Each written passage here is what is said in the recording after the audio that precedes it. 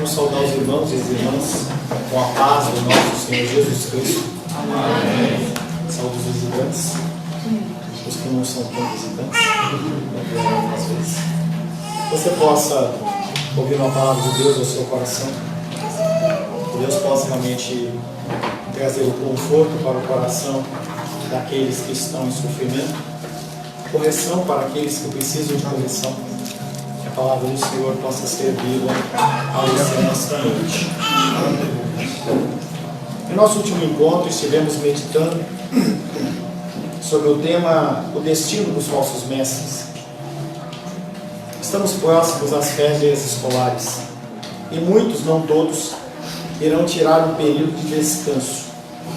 Lembro quando eu era criança e quando íamos viajar, acordávamos bem cedinho e logo entrávamos no carro e buscávamos o nosso destino. Toda viagem tem um destino final. E para que ela ocorra de forma agradável é necessária toda uma preparação. Nenhuma viagem ela acontece assim. As pessoas elas programam, preparam, contatam o lugar para onde vão, como vão fazer para chegar. Não é diferente para o destino da nossa vida. Nós temos um destino final, que é estar realmente aos pés do Senhor. Passei um vídeo hoje para a igreja que mostra a figura de um homem vestido como Jesus Cristo. E as pessoas elas entram na sala e colocam uma venda nos olhos e ali tira. E aí você vê no rosto da pessoa algumas expressões, algumas reações diante daquele momento em que todos estarão perante o Senhor. Não haverá um ser humano, desde Adão até o último, que não estará na presença do Senhor.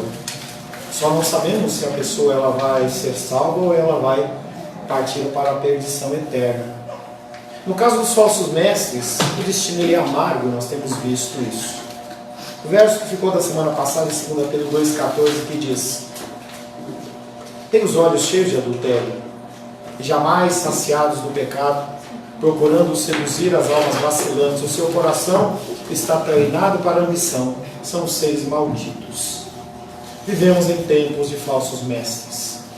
Pessoas na internet você encontra sábios de tudo. Se você quer plantar azeitona, você digita lá, alguém ensina a plantar azeitona, se é para comprar carro, se é para ser isso ou para ser aquilo. Qualquer lugar as pessoas estão loucas para vender alguma coisa para você. Mas muitos deles são falsos mestres, que estão procurando apenas o enriquecimento.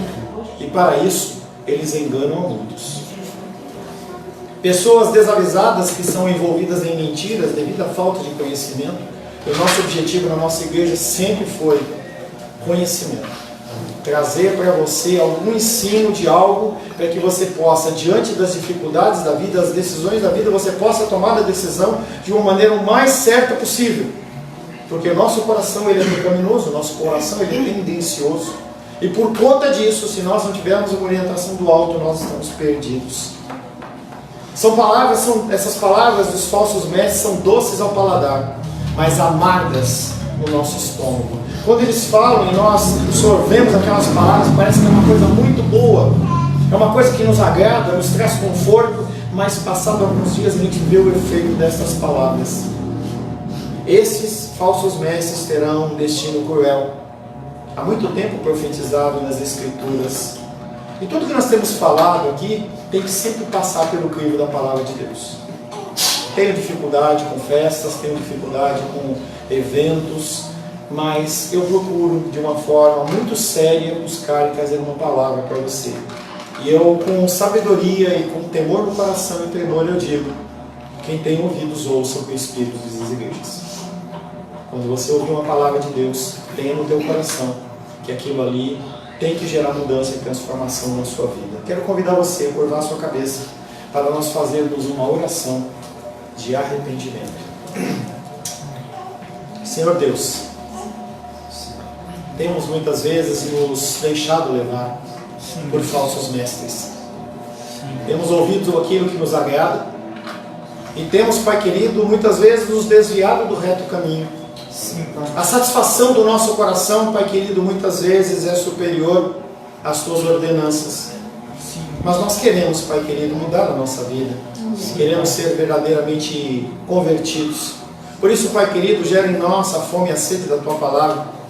Palavra essa que nos afasta e nos livra dos maus ensinos, dos ensinos falsos, dos falsos mestres. Desenvolve em nós, Pai, te pedimos um discernimento, para que nós possamos, Pai, ter um olfato espiritual, para sentirmos o cheiro da voz, o cheiro da ovelha, da voz do Senhor, Pai querido, que nós possamos reconhecer a Tua voz e seguir a Tua palavra e os Teus ensinamentos. Oramos em nome de Jesus. Amém. Amém.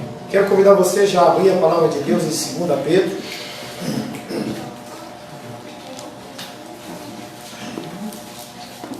2 Pedro, capítulo 2.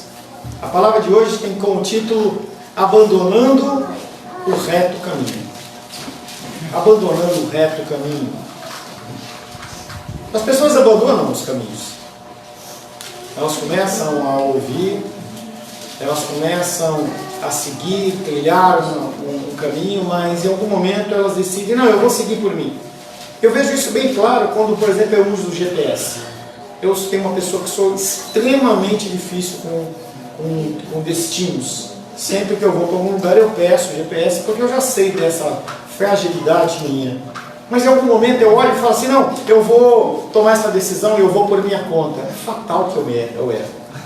As pessoas abandonam o reto caminho porque elas acham que elas estão capazes de seguir. E nós estamos falando do caminho espiritual. O caminho espiritual ele só pode ser direcionado através das Escrituras.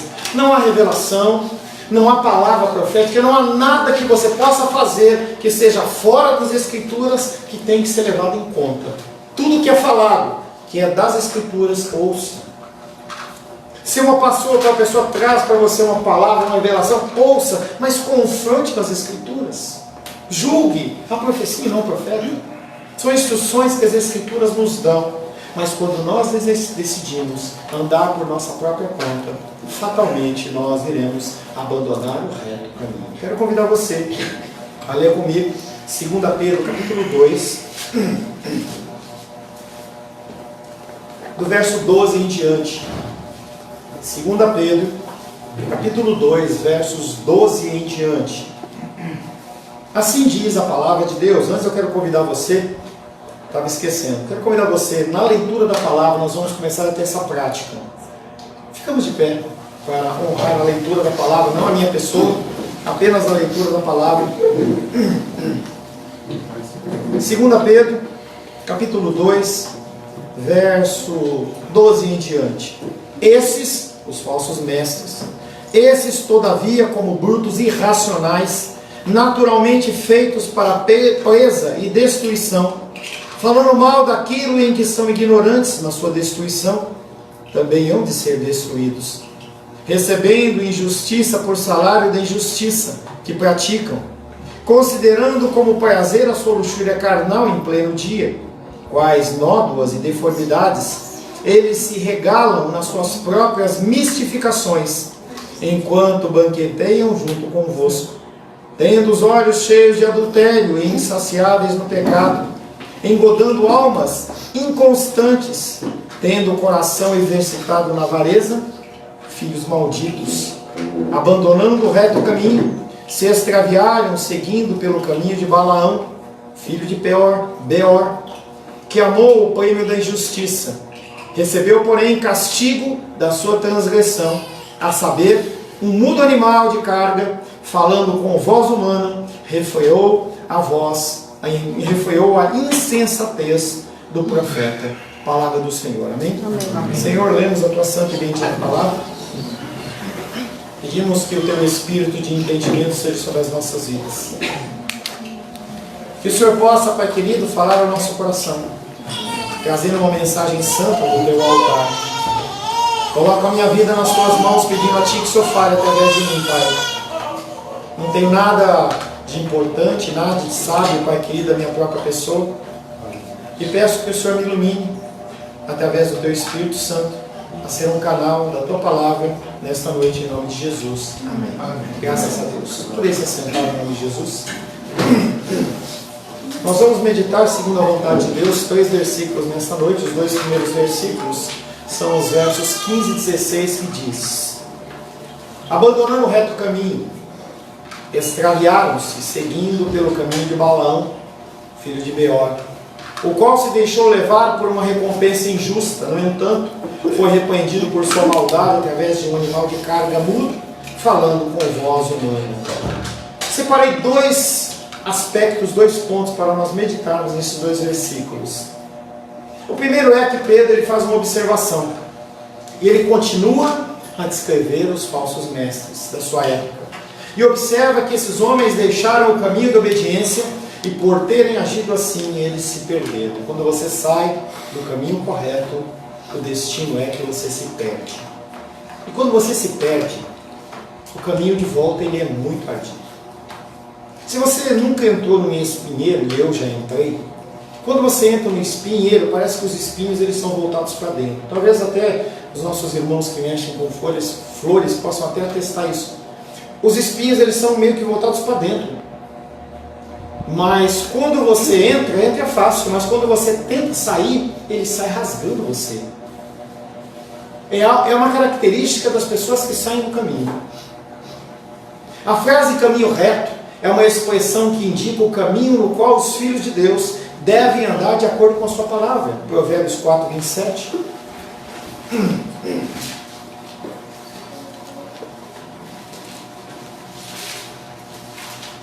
Provérbios capítulo 4, verso 27, diz assim: não declines, nem para a direita, nem para a esquerda. Retira o teu pé do mal. O autor desse provérbios ele está falando que a gente tem que tomar um cuidado muito grande em relação a onde nós colocamos os nossos pés. A pisada é um pé na frente do outro. Você colocar o pé do lado e experimentar alguma coisa diferente pode te levar à perdição. Podemos entender que os hereges em algum momento procuraram o caminho reto, mas acabaram por deixá-lo. Aqueles homens, de alguma maneira, eles conheceram o caminho reto. Mateus capítulo 13, versos 5, 6 e 7. Mateus capítulo 13, versos 5, 6 e 7. Parábola do semeador, diz assim: outra parte caiu em solo rochoso, onde a terra era pouca, e logo nasceu, visto não ser profunda a terra. Saindo, porém, o sol a queimou, e porque não tinha raiz, secou-se. Outra caiu entre espinhos, e os espinhos cresceram e a sufocaram. Sementes benditas do Senhor que foram plantadas. Pessoas que se colocaram à disposição para ouvir. Ouviram, mas só ouviram. Esse caso das rochas são as pessoas que são muito motivadas, muito avivadas, mas não conhecem nada da palavra. As pessoas elas não leem as Escrituras. Talvez o único alimento delas seja num momento como esse, no culto noturno. Pessoas que estão no dia a dia vivendo, e as lutas e dificuldades elas acontecem, e eu brincava com a Betânia na porta e falava assim: com a Betânia um refresco. Ela falou assim: eu precisava tanto. Mas as lutas da vida vão continuar amanhã. Quando ela chegar em casa, a luta vai estar lá de novo. E se você não estiver preparado no seu coração para lidar com elas, você tropeça, cai e não levanta mais. Pedro comenta que como consequência dessa decisão, agora esses homens eles estão vagando em trevas. É como aqueles desenhos, aqueles filmes que a gente vê que a pessoa morreu, e aí ele fica como um fantasma procurando uma luz para dar direção, mas não acha. E aí se diz lá que enquanto não resolver e tal, não encontra a luz. E essa busca da luz é porque se afastou do reto caminho. A busca do reto caminho tem que ser uma coisa para mim e para você diária. Não é uma coisa de fim de semana. Não é uma coisa de fim de semana. E as pessoas acham que cristianismo é algo que é para ser vivido apenas no domingo. Também o domingo, mas não só o domingo. Você ouve, aprende e leva para fora. A palavra grega de igreja, já falei para vocês, chama-se eclésia. Assembleia dos chamados para fora. Você é resgatado no mundo, vem, ouve e leva o ensino. Jesus Cristo não morreu apenas para que você tivesse um emprego, uma loja, um ringue de luta, ou um local de venda de flores. Não, Jesus Cristo viveu por algo muito mais que isso. Aleluia. Para que você possa realmente levar essa palavra aonde você estiver. É por isso que nós somos criados, falamos sobre isso essa pela manhã. Essas são as pessoas que, de acordo com o apóstolo João, se tivessem sido dos nossos, teriam permanecido conosco toda a vida, e se foram, para que ficasse manifesto que nenhum deles era dos nossos. 1 João 2,19. Ele olha para aquele contexto de igreja e a palavra começa a apertar, começa a arrochar, e as pessoas elas começam a sentir e vão embora. Quantas pessoas já passaram por aqui? Os mais antigos talvez lembram. Não sei quem é o mais antigo aqui, fora eu, a Rosângela e a Luísa. Talvez a Menise. Pessoas passaram aqui.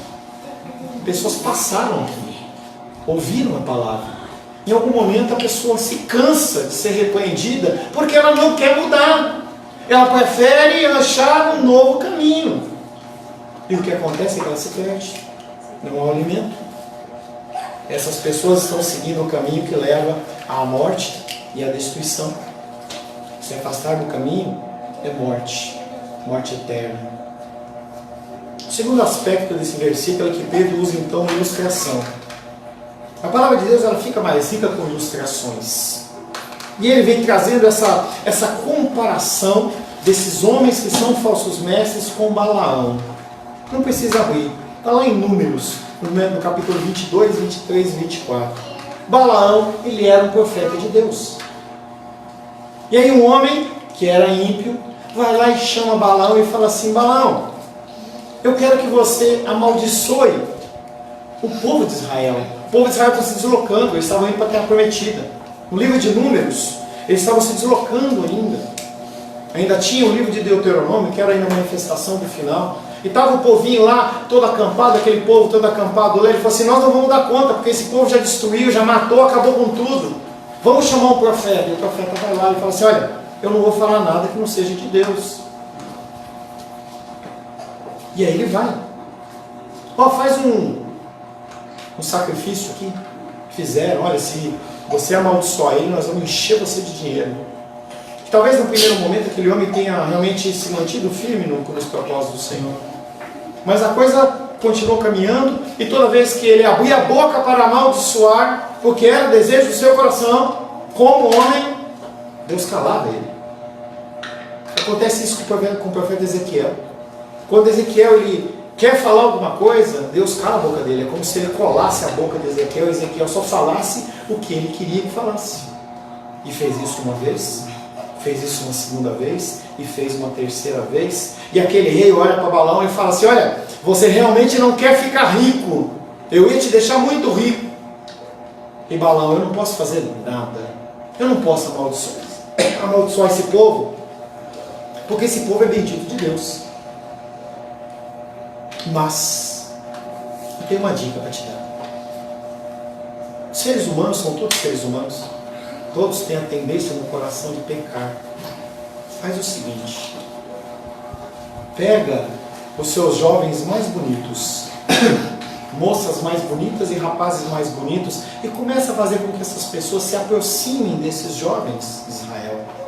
O que vai acontecer é que eles vão se sentir enamorados e vão constituir relacionamentos com eles. E aí o que acontece é que a adoração dos ídolos, essa mistura, esse sincretismo é a palavra, essa mistura, ela vai começar a acontecer de uma forma natural. E o povo de Israel, ele vai se amaldiçoar. Pedro vê um reflexo dos falsos mestres na vida das circunstâncias de Balaão. Quando o coração está duro a palavra, algumas vezes Deus usa o sobrenatural. E nesse caso Deus usou. Balaão, ele era um homem que era um profeta de Deus, mas tinha um coração duro. Talvez ele já estivesse se afastando dos caminhos do Senhor. E a palavra de Deus conta que ele estava sentado na sua mula e chega um momento em que se posta um anjo com uma espada de fogo para o matar, e a mula tem um discernimento espiritual ali, ela olha para aquele anjo e ela pega e muda o caminho e vai, fica aquele negócio, põe essa perna do profeta, você conhece a história, e aí aquele profeta começa a bater naquela mula, e a mula olha para cima e fala assim: por que você está me batendo? Ele continua odiando, o coração dele estava tão duro, que ele não consegue entender que algo sobrenatural de Deus estava acontecendo. Muitas vezes as pessoas buscam o sobrenatural de Deus. É muito bom o sobrenatural de Deus. Mas sempre lembre que o sobrenatural de Deus é uma segunda forma de Deus falar, em especial com corações duros. Para que Deus usasse aquela mula, ele já tinha falado de muitas outras formas com Balaão. E Balaão não queria ouvir. Nem sempre a manifestação do sobrenatural, ela é boa. Se o seu coração estiver duro e for um propósito de Deus, Deus vai agir dessa maneira. Mas não busque essa forma. Busque a forma natural, que é através das Escrituras. E isso só vem através de uma leitura diligente das Escrituras. Passei para alguns um aplicativozinho que eu estou seguindo, em especial mães e pais, e falei assim: instala no celular do seu filho, faz ele assistir isso. Eu não sei se alguém fez. Eu tenho continuado a fazer com a esposa. E tem sido muito agradável. E aí a pessoa fala assim: não, meu filho está desviado, meu filho está aqui. O que você tem plantado no coração deles? O que você tem plantado no coração do seu marido, da sua esposa? Será que as pessoas que você convive, você tem dado um testemunho do Senhor ou não? E aí, a jumenta de Balaão, ao ver o anjo do Senhor empunhando uma espada, tentou escapar desse desastre inevitável. E mesmo quando Deus conferiu à jumenta a capacidade de falar como ser humano, mesmo assim Balaão, pela dureza do seu coração, não se deu conta do perigo diante dele. Ele já havia pisado fora do reto caminho. Ele já não era mais uma pessoa que tinha um coração diante do Senhor. Em sua misericórdia, Deus abriu os olhos de Balaão, de modo que ele visse o anjo. Mas ele continua agindo dessa maneira. Por que Deus usa esta mula para falar? Várias coisas eu identifico. Primeiro, para comparar a insensatez de Balaão com aquela dos falsos mestres. Tanto as pessoas que têm o coração duro, como os falsos mestres, eles agem como Balaão e se afastam do reto caminho. Não querem ouvir a Deus. Para mostrar que assim como Balaão percorreu cegamente o caminho da destruição, também aqueles que não querem ouvir a palavra do Senhor estão condenados. Se você está vivo, você tem uma oportunidade. O sinal de que você tem uma chance de se converter é você estar vivo. Depois que a pessoa morreu, não há mais nada a ser feito. Também para revelar a intervenção de Deus ao fazer que Balaão, apesar de ele querer amaldiçoar, ele abençoar. O Espírito Santo de Deus continua agindo nos dias de hoje. Ele continua convencendo você que você está errado, mesmo que você tenha o seu coração endurecido. E finalmente, para dar aos crentes da época de Pedro a certeza de que Deus os protege, o Senhor, Ele acampa ao seu redor. O inimigo está ao nosso redor e o Senhor coloca o seu anjo. Esse anjo aí não é anjinhos, é o próprio Senhor Jesus. O anjo do Senhor acampa ao redor dos que o temem. Está em letra maiúscula. Quando você lê na Bíblia o anjo do Senhor em letra maiúscula, falando de Jesus. É o mesmo anjo que aparece lá perante Josué, o mesmo anjo que aparece em várias passagens das Escrituras, e Deus fala: o anjo do Senhor acampa ao redor daqueles que o temem. Temor é mudança de comportamento, é mudança de coração. Pedro chama Balaão de profeta, não para dizer que ele era um verdadeiro profeta, mas no sentido de que ele usou ele mesmo no meio da sua loucura. Deus usa homens e mulheres mesmo em meio à loucura. Esse misticismo que nós temos de que Satanás ele tem tanto poder contra Deus é um tremendo engano. Tem muitas e muitas passagens das Escrituras que mostram o próprio Deus usando a figura de Satanás e seus demônios. E as pessoas elas não aceitam isso. Elas acham que a figura divina de Deus não pode intentar o mal contra ninguém, contra nenhuma situação, e aí há uma divisão em que o que é mal é do diabo e o que é bom é de Deus, e aí a gente tira a soberania de Deus como se isso possível fosse, não é. Tudo que acontece na minha vida e na sua vida está sob a gerência de Deus. E tudo que acontece na minha vida e na sua vida como filho, coopera para o bem daquele que é chamado a Deus, que é segundo o seu propósito. Você pode não entender, mas ele tem propósitos. No contexto histórico de Balaão e do povo de Moabe, ele observa a imoralidade sexual dos moabitas, que em aliança com Balaão tenta seduzir os israelitas. Pedro também está ciente do interesse de Balaão na honra pessoal e no lucro às custas do povo de Deus. Pastores, líderes, eles buscam cada vez mais recursos financeiros. Se as pessoas elas entenderem, relaxa, como as crianças, hein? Deixa, a Heloísa ainda está no começo do trajetória, não se preocupe.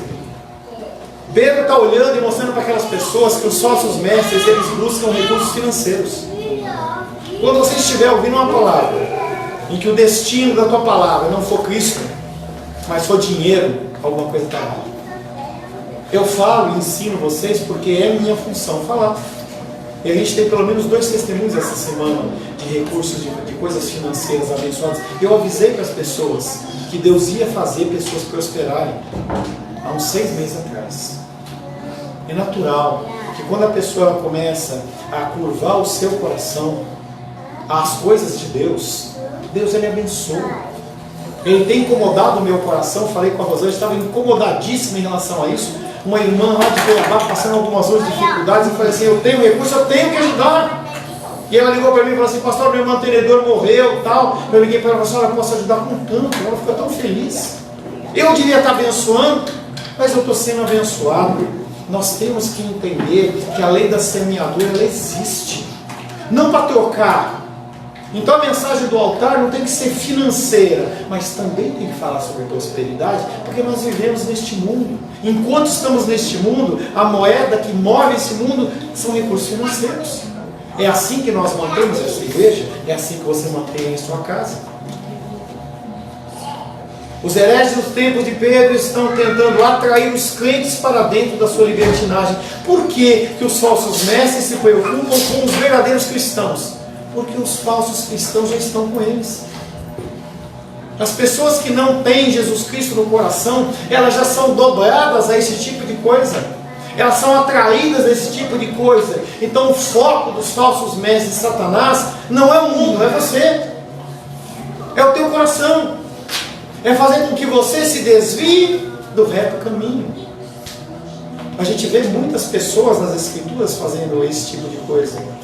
Tem uma pessoa que me foge o nome, andava com o apóstolo Paulo, e aquele homem estava junto lá com Timóteo e tudo mais, de uma hora para outra, fala assim, olha, fulano, ele se afastou dos caminhos do Senhor, porque ele se sentiu mais atraído para as coisas do mundo. É a coisa mais fácil que tem. Quando a pessoa está passando uma dificuldade, é que realmente ela mostra se ela é cristã ou não é cristã. É algo que eu estava brincando, conversando nas minhas elucubrações com meu amado irmão Nicolas, entendeu? E ele falava uma coisa, eu falei, ele falou assim, poxa, colocando algumas situações, e eu fiquei quieto esperando o retorno dele, porque realmente eu acho que o meu problema é falta de confiança em Deus, e é isso mesmo. Nós não confiamos no Senhor, eu não confio, eu tenho as minhas dificuldades também. Nós vivemos todos os dias tendo a nossa fé colocada à prova, que você pode confiar no reto caminho ou se afastar do reto caminho. São decisões que vocês podem ter. E aí ele finaliza chamando aqueles homens de filhos malditos. De fato eles são filhos malditos. Pedro afirma: Balaão amou a recompensa da perversidade. Apesar de ser motivado pela cobiça, Balaão estava plenamente ciente de que os israelitas eram um povo abençoado de Deus. Ele sabia o que estava fazendo. E você sabe o que você está fazendo. Quando você age errado, você sabe o que você está fazendo. A partir de Adão e Eva, não há um ser humano que não saiba quando ele está agindo certo ou errado. Qualquer ação sua, ela é consciente. É aquela história que quando a esposa chega e pega o marido caindo, não é bem isso, não é isso. Essa situação de que a gente fala assim, olha, não é bem assim, é assim. Eu não queria dizer, queria sim. Nós arquitetamos dentro do nosso coração as situações e expomos ela, muitas vezes como um vômito. Porque aquilo está fazendo mal e está regurgitando no nosso coração, a gente tem que pôr para fora e a gente sai sujando e contaminando todo mundo com aquela podridão dentro do nosso coração. Então a nossa ação, ela é consciente. E ela é passível de morte. Apenas pelo sangue do Cordeiro, nós não somos culpados e nós temos o resgate. Balaão foi levado pelo amor às recompensas materiais, não pelo amor a Deus ou seu povo. Pouco tempo depois, o que aconteceu em Números 31:8, aquele homem já estava rico, mas ele foi morto pelo exército de Israel. O que ele fez com aquele dinheiro? Nada. A sequência do texto mostra o que aconteceu, e ele é morto. E ele é morto. Com essa ilustração histórica, Pedro revela os motivos dos falsos mestres. Ele os descreve como seguidores de Balaão e revela que terão a mesma recompensa, e a recompensa é a morte. Que recompensa você busca? O que você deseja? Esse destino, ele tem que ser definido por você em algum momento da sua vida. O que você espera de Deus? É uma casa própria? Aleluia!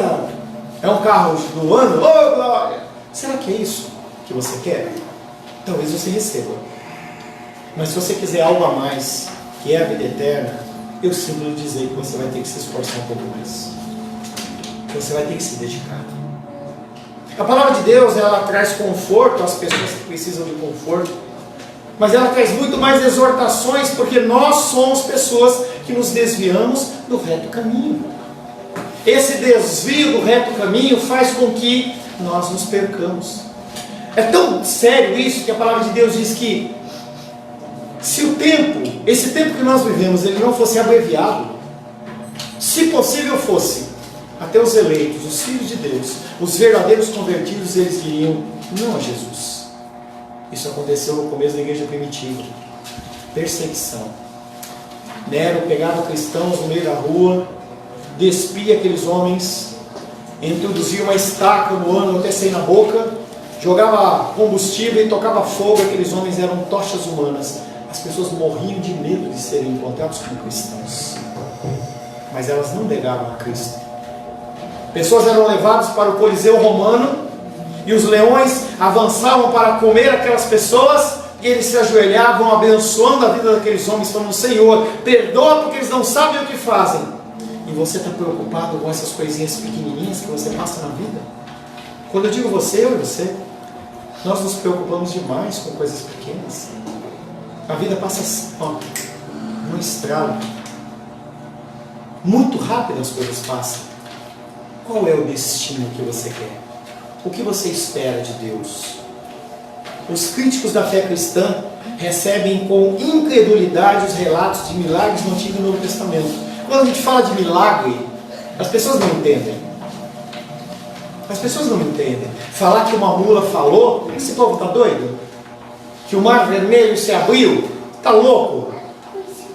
Nós temos que entender que o cristianismo é uma religião diferente das outras. Temos várias religiões no mundo. Se a gente for lá na Índia, a gente vai encontrar centenas de milhares de deuses. Mas o cristianismo tem uma coisa diferenciada das outras religiões. Se você tirar o sobrenatural da religião cristã, não sobra mais nada. Nós temos a nossa fé pautada no nascimento virginal. Nós temos uma fé pautada numa arca que ficou navegando aí meses, depois pousou no Monte Ararat. Nós temos a nossa fé alicerçada no Mar Vermelho que se abriu. Pessoas que estavam leprosas e foram limpas, pessoas que estavam mortas e ressuscitaram. E isso é tudo sobrenatural de Deus. E as pessoas, elas não entendem, porque a palavra de Deus para essas pessoas é loucura. Se você acha a palavra de Deus louca, talvez você não seja um filho de Deus. Entre os muitos milagres das Escrituras, a jumenta falante de Balaão não é um caso único. Esse incidente aconteceu durante um momento de crise da história de Israel, quando forças hostis queriam amaldiçoar os israelitas. Deus interveio e continua intervindo na sua vida. Basta você. Lembra que nós cantamos: eleva os meus olhos, eleva os meus olhos, e o meu clamor para os montes de Jerusalém. Por que o salmista está falando para eleva os meus olhos para os montes? De onde me virá o socorro? Porque naqueles montes haviam colunas de adoração a outros deuses. Haviam adoração, capelas de adoração a divindades que não eram deuses. E aí aqueles homens olhavam para aqueles montes e olhavam e viam aqueles cultos a divindades e falavam assim: aonde eu vou buscar o meu Deus? Meu Deus está acima de tudo, acima dos céus e da terra. É aí que está o meu Deus, é aí que está a minha segurança, é aí que onde eu apoio os meus pés, é aí que eu não vacilo. Se o seu pé estiver alicerçado na rocha, você não vacila. Mas se você quiser pisar em outro lugar, você vai afundar. Um milagre, portanto, é um fruto de Deus. E por esse fruto ser de Deus, o cristão acredita. Apenas os cristãos acreditam. Nós temos um milagre maior, que é a morte e ressurreição do nosso Deus. E isso é extremamente importante você entender e acreditar. Por isso que quando é Páscoa, nós temos um momento para falar sobre a morte de Cristo e a ressurreição de Cristo. Se a pessoa não entende isso, a fé dela é alicerçada no quê?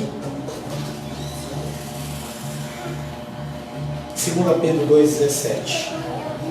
Esses homens são como fontes sem água, nuvens arrastadas pela tempestade.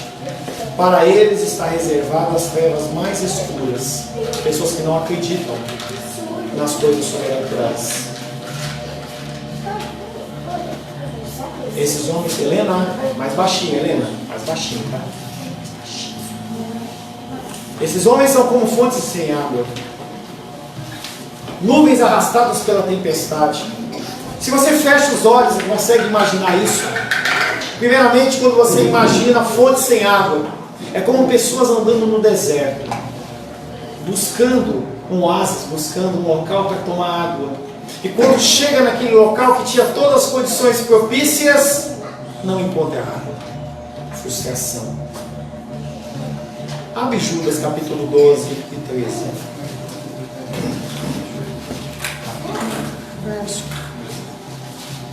Judas 12 e 13. Foi o capítulo. Falei capítulo? Se eu falei, como você é um bom entendedor da Bíblia, você sabe que só tem um capítulo em Judas, você vai direto no versículo 12.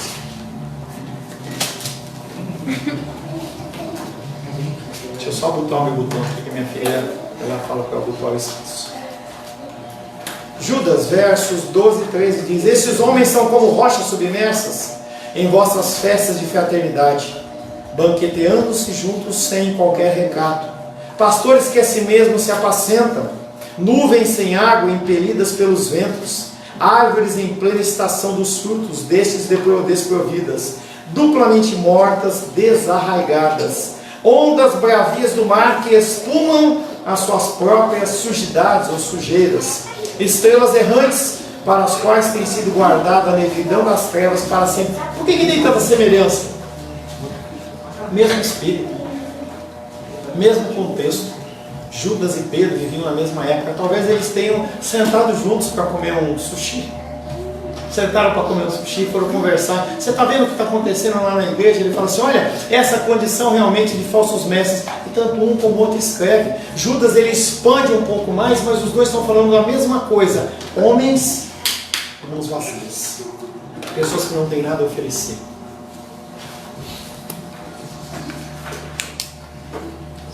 São fontes sem água.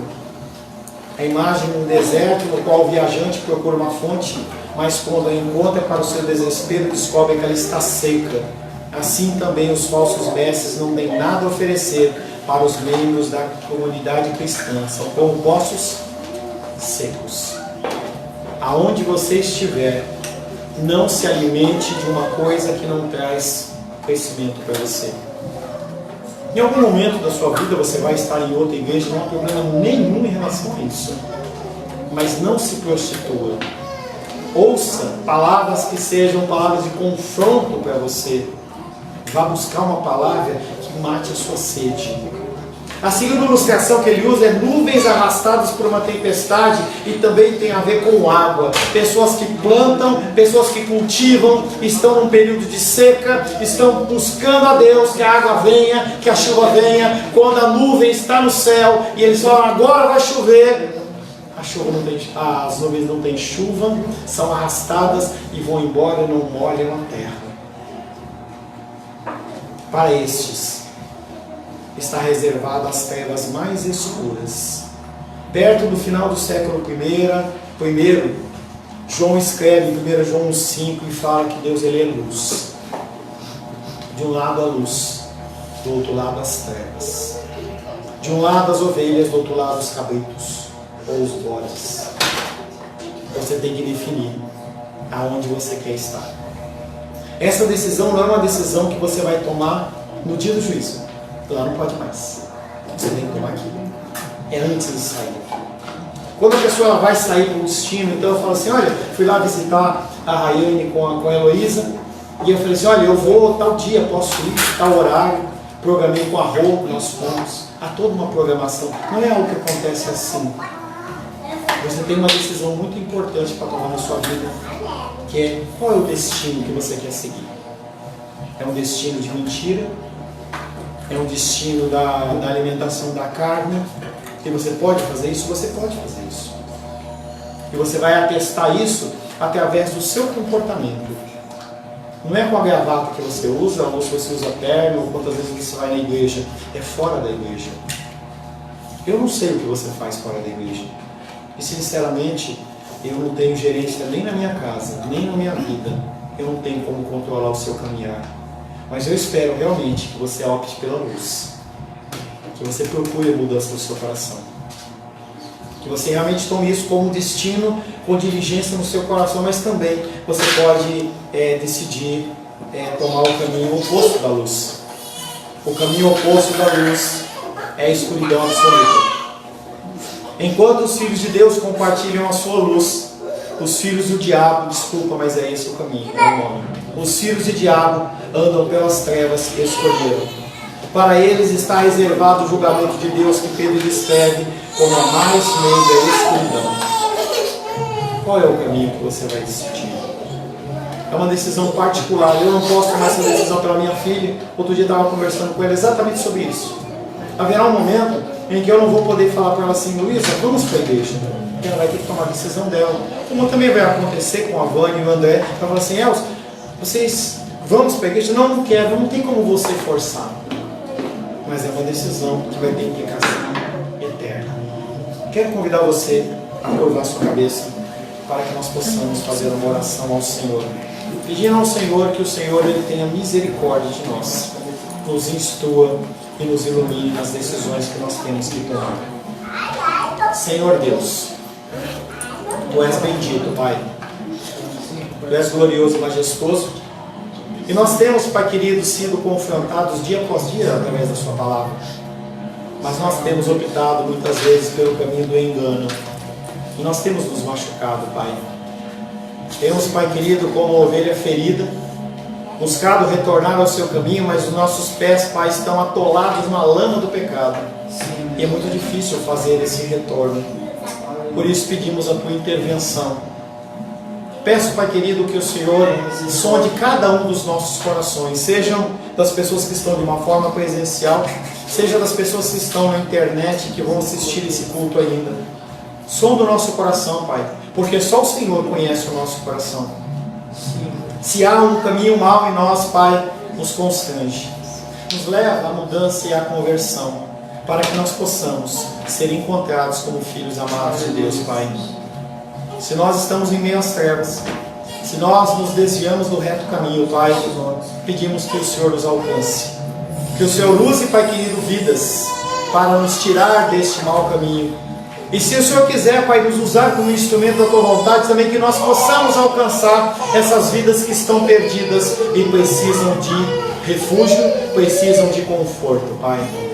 Nos colocamos nas Tuas mãos mais uma vez, como filhas e filhas amados que o Senhor tem prazer. Te louvamos, te adoramos e bendizemos em nome de Jesus. Amém. Graças ao nosso bom, querido e amado Deus. Decida o que você quer para a sua vida e siga este caminho.